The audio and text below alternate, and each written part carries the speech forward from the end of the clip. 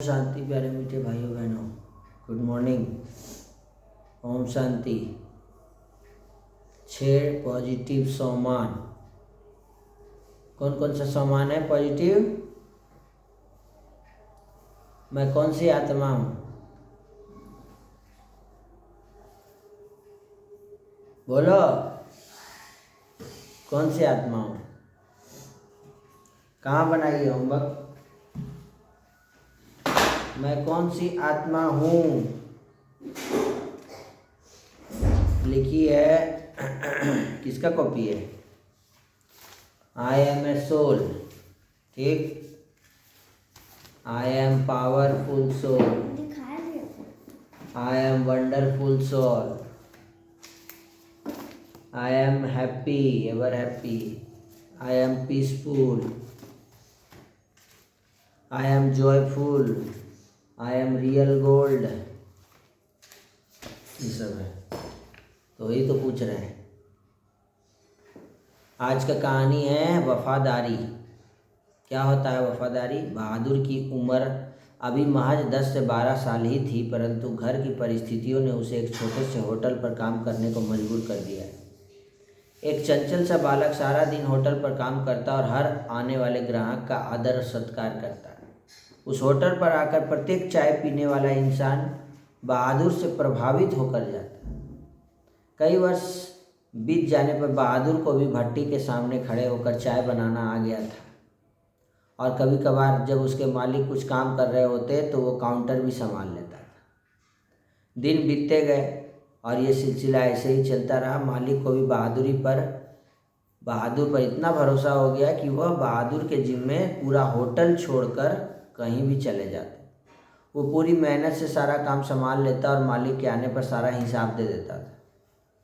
एक दिन होटल मालिक की पत्नी ने मालिक से कहा कि आप इस छोटे से बच्चे के भरोसे पूरा काउंटर छोड़कर चले जाते हैं, कहीं अपने अनुपस्थिति में ये गल्ला से पैसे चुरा लेता होगा तो मालिक ने पत्नी की बात को हंसी में टाल दिया, परंतु उनके मन में एक शक पैदा हो गया।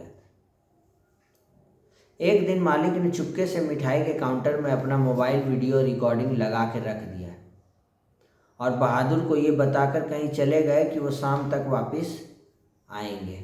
बहादुर ग्राहकों को चाय बनाकर पिलाता रहा और जो भी खाने पीने की सामान वह मांगते देता रहा और पैसे लेकर गल्ला में रखता रहा। उसे नहीं पता था कि चुपके से उसकी वीडियो रिकॉर्डिंग हो रही है। सीसीटीवी होता है ना। शाम को जब मालिक लौटे तो बहादुर उनको सारा हिसाब देकर घर चला गया। रात में जब मालिक और मालकिन ने साथ बैठकर मोबाइल में रिकॉर्ड हुआ वीडियो देखने लगे तो देखे उनकी आंखों से अश्रुधारा बहने लगी। उन्होंने देखा क्या देखा? बहादुर काउंटर पर बैठा सभी ग्राहकों को चाय नाश्ता दे रहा था और पैसे लेकर गल्ले में रख रहा था। तभी बहादुर के पिताजी आए और उन्होंने बहादुर से कहा, बेटा एक समोसा छोले के साथ खिला दो और एक चाय पिला दो। बहादुर ने कहा, एक छोले समोसे और एक चाय के कुल 15 रुपये पड़ेंगे। लाइए पैसे दे दीजिए, फिर देता हूँ। उसके पिताजी बोले कि हमसे पैसा ले लो, हमसे भी पैसा लोगे? हम तुम्हारे बाप हैं, तुम हमारे ही बेटे हो, भला कोई अपने बाप से पैसा लेता है? बहादुर ने कहा कि इस वक्त मैं अपने मालिक का नौकर हूँ जो उनके गल्ले पर बैठा होटल संभाल रहा है। आप पैसे दीजिए तभी आपको सामान मिल पाएगा। इस समय आप यहाँ के ग्राहक हैं और मैं अपने मालिक की अनुमति के बिना आपको बिना पैसे के कुछ भी नहीं दे सकता हूँ। अंततः बहादुर के पिताजी ने पैसे दिए। तब बहादुर ने उनके छोले समोसे और चाय का नाश्ता कराया और वो बुदबुदाते हुए चले गए। होटल मालिक को वीडियो देखने के बाद खुद पर बहुत पछतावा हुआ और अगले दिन बहादुर सुबह जब होटल पर आया तो मालिक ने उसे गले से लगा लिया। ये सत्य घटना है। तो इसको कहते हैं क्या? वफादारी। बहादुर सच में बहादुर था। वफादार है, बेईमान नहीं है। क्या है? तो आज के दो शब्द ले लो, वफादारी और बेईमानी। तो आजकल के लोग कितने वफादार हैं, कितने बेईमान हैं। वो चाहता तो चोरी कर सकता था, गल्ला दिन भर उसके हाथ में था ना। ये वो चोरी वाला भी कहानी सुनाए थे ना उस दिन। ये चोरी कर लेता है, कौन सा कहानी था? और आज कल की मुरली में बाबा ने कहा था बाप समान बनना है, डरना नहीं है, पवित्र जरूर बनना है। शक्तिशाली बनने का वरदान भी बाबा दिए थे। और आज की कहानी है, और आज का अभ्यास क्या था? आनंद स्वरूप की अभ्यास था। आज आंखें खुलते ही क्या संकल्प किया? मुझ आत्मा ने आनंदपुरी में बहुत समय विश्राम किया है, अब धरा पर आनंद बांटने जाना है। यही आनंद दाता प्रभु का मेरे लिए आशीर्वाद भी है, तो आदेश भी है कि सब जगह आनंद में रहो और आनंद को बांटो। अच्छा, कपड़ा पहनते समय, नाटक में पाठ बजाते समय विभिन्न प्रकार के वस्त्र पहनते हैं ना, वैसे ही सृष्टि रूपी नाटक में पाठ बजाने के लिए मुझ आत्मा ने 84 प्रकार के वस्त्र धारण किए हैं। अच्छा, मुरली सुनने जाते समय, बैच लगाते समय मेरे स्वर्ग में जाने का पासपोर्ट है। अच्छा, बैच मुरली सुनने जाते समय क्या सोचेंगे? मैं परमात्मा ब्यूटी पार्लर में जा रहा हूँ, जहाँ स्वयं परमात्मा आत्माओं का श्रृंगार करते हैं। अच्छा, मुरली जब सुनते समय, जिस समय मुरली चलेगा सेंटर में, क्या सोचेगी? माता पिता मुझ आत्मा को पिया घर से ससुर घर ले जाने के लिए श्रृंगार कर रहे हैं। परम धाम से सतयुग में जाने का श्रृंगार हो रहा है। और आज की मुरली में बाबा ने हेडिंग कहा, मीठे बच्चे संग दोष से बचकर पढ़ाई पर पूरा पूरा ध्यान दो, तो कोई भी तूफान आ नहीं सकते। बाकी माया को दोषी मत बनाओ। तुम फर्स्ट नहीं आए तो क्या हुआ? माया दोषी है। दोषी कौन है? कौन दोषी है? बोलो। फर्स्ट नहीं आएंगे तो माया दोषी है। हमको गुस्सा आ गया तो माया दोषी है। दोषी कौन है? माया है क्या? कहाँ माया है? दिख रही है? तो संग दोष, हम लोग खराब संग में आ जाते हैं, ऐसे लोगों के संग कर लेते हैं, ऐसे लोगों से दोस्ती कर लेते हैं जो पढ़ता लिखता नहीं है, योग नहीं करता है, मुरली नहीं सुनता है, उल्टा पुल्टा खाना खाता है, और उसके साथ संग करके हम लोग भी उसके संग के रंग में रंग जाते हैं। उसका प्रभाव हमारे ऊपर हो जाता है। हमारा अच्छा उस पर प्रभाव नहीं डाल रहा है, हम उसका बुरा हमारे ऊपर प्रभाव डाल दे रहा है। वो नहीं पढ़ती है तो हम भी नहीं पढ़ेंगे। बुरा संग। क्यों भाई? तुम फर्स्ट आओ, तुमको देख के वो भी फर्स्ट आएगी, ऐसा होना चाहिए। तो संग दोष में नहीं आना।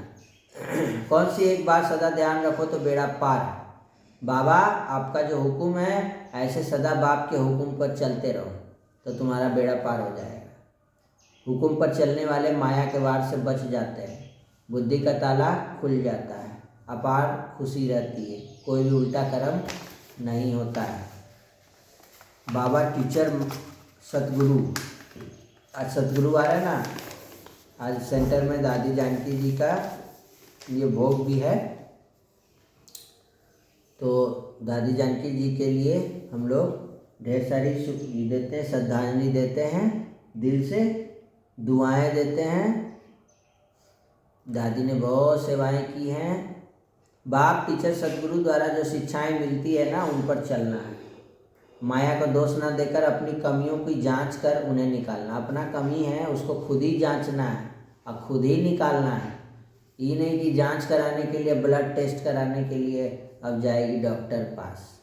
तो कौन यहाँ डॉक्टर कौन है? रूहानी डॉक्टर बाबा। तो बाबा के सामने बैठो तो अपने दिखाई देगा कमी दोष, हमारा कमी क्या है, बाबा सब दिखाएगा। लड़ाई झगड़ा करना चाहिए कि नहीं करना चाहिए, क्या है? कमी है ना, आपस में लड़ाई कर रही, मान लो हो गया, क्रिया के साथ। क्या है ये? कमी है। ईगो क्या है? कमी है। काम क्रोध क्या है? कमी है। गुस्सा करना क्या है? कमी है। नशा करना कमी है। मोबाइल में फालतू चीज़ देखना कमी है। फालतू खाना खाना कमी है। जान रहे हो उस खाना खाने से प्रॉब्लम होगा, डेड फूड है। आजकल डेड फूड की ओर ज़्यादा ध्यान है। तो डेड और लिविंग, कौन सा खाना खाना सही है? Living food. लेकिन खा कौन सा रहा है? Dead food. बस यही समझो, खाना खाने में हमको लिविंग फूड खाना है। और जो खाना सूर्य के द्वारा पकाया गया हो। अहंकार का त्याग कर दो, पढ़ाई में मस्त रहना। ईगो को छोड़ दो। नहीं हम ही करेंगे, हम ही सही हैं, आई एम राइट। नहीं हम करेंगे पहले, ये मेरा है। ये सब क्या है? ईगो है, अहंकार। कभी दूसरों से सेवा नहीं लेना, अपना काम स्वयं करना है। संकल्प के इशारों से सारी कारोबार चलाने वाले, सदा लाइट के ताजधारी हो। संकल्प करो बस, बाबा पूरा कर देगा। संकल्प का इशारा से पूरा कारोबार चलना, सदा लाइट रहना है, तो कभी व्यर्थ नहीं आ सकता है। शक्ति जमा करना है, पूरा साकार वतन सूक्ष्म वतन बन जाए। फरिश्ता स्वरूप रहना है, साइलेंस की शक्ति जमा करनी है। ठीक है, तो लाइट का ताजधारी रहो। ये दुख दाम ऐसे किनारा कर लो तो कभी दुख की लहर आ नहीं सकती। अव्यक्त इशारा, जैसे कार में बैटरी जब थोड़ा ढीली हो जाती है तो कार अपने आप नहीं चलती है, दूसरों से थोड़ा धक्का लगवाते हैं। कार को धक्का लगाते देखिए। ऐसे जिस भी आत्मा में आपका फेथ हो और समझो इनसे हमको मदद मिल सकती है, तो उनसे थोड़ा सहयोग लेकर आगे बढ़ जाना चाहिए। धक्का लगाना पड़ेगा ना, कौन लगाएगा धक्का? आत्मा भी जब बैटरी डिस्चार्ज हो जाता है तो अपने नहीं चल पाती, धक्का लगाना पड़ता है। तो थोड़ा सहयोग लेने में क्या बुराई है? कमज़ोर की बात को ज़्यादा नहीं सोचना, तब खुशी में आगे बढ़ते जाएंगे। कोई भी सामने कोई कमज़ोर आत्मा है तो उसके बारे में ज़्यादा सोचना नहीं। वो बाबा का बच्चा है और बहुत अच्छा है, उसका कल्याण है, बस इतने सोचिए। चलो सेंटर जाना है, अब समय हो गया है। सेंटर आने के बाद फिर तो टाइम मिलेगा नहीं। ओम शांति, सबका भला हो। इस वीडियो में इतना ही, सबका कल्याण हो। रामनवमी भी है, सबको रामनवमी की भी बहुत बहुत बधाई हो। हमको हनुमान जी के जैसा क्या बनना है? अथक सेवाधारी बनना है। एक राम दूसरा ना कोई, है ना। एक बाबा को याद करना है, राम को। एक राम को याद करते रहिए, इधर उधर बुद्धि को फंसाना नहीं है ना। तो रामनवमी की, राम जी का जन्मदिन होता है ना नवमी में, तो नवमी आज ही चढ़ जाएगा। कहावत है, सब जगह झंडे लगेंगे। तो जीत का झंडा राम जी के जैसा, श्री राम जी के जैसा हमको पुरुषार्थ करना है, पुरुषोत्तम बनना है, उनके गुणों को अपने अंदर धारण करना है।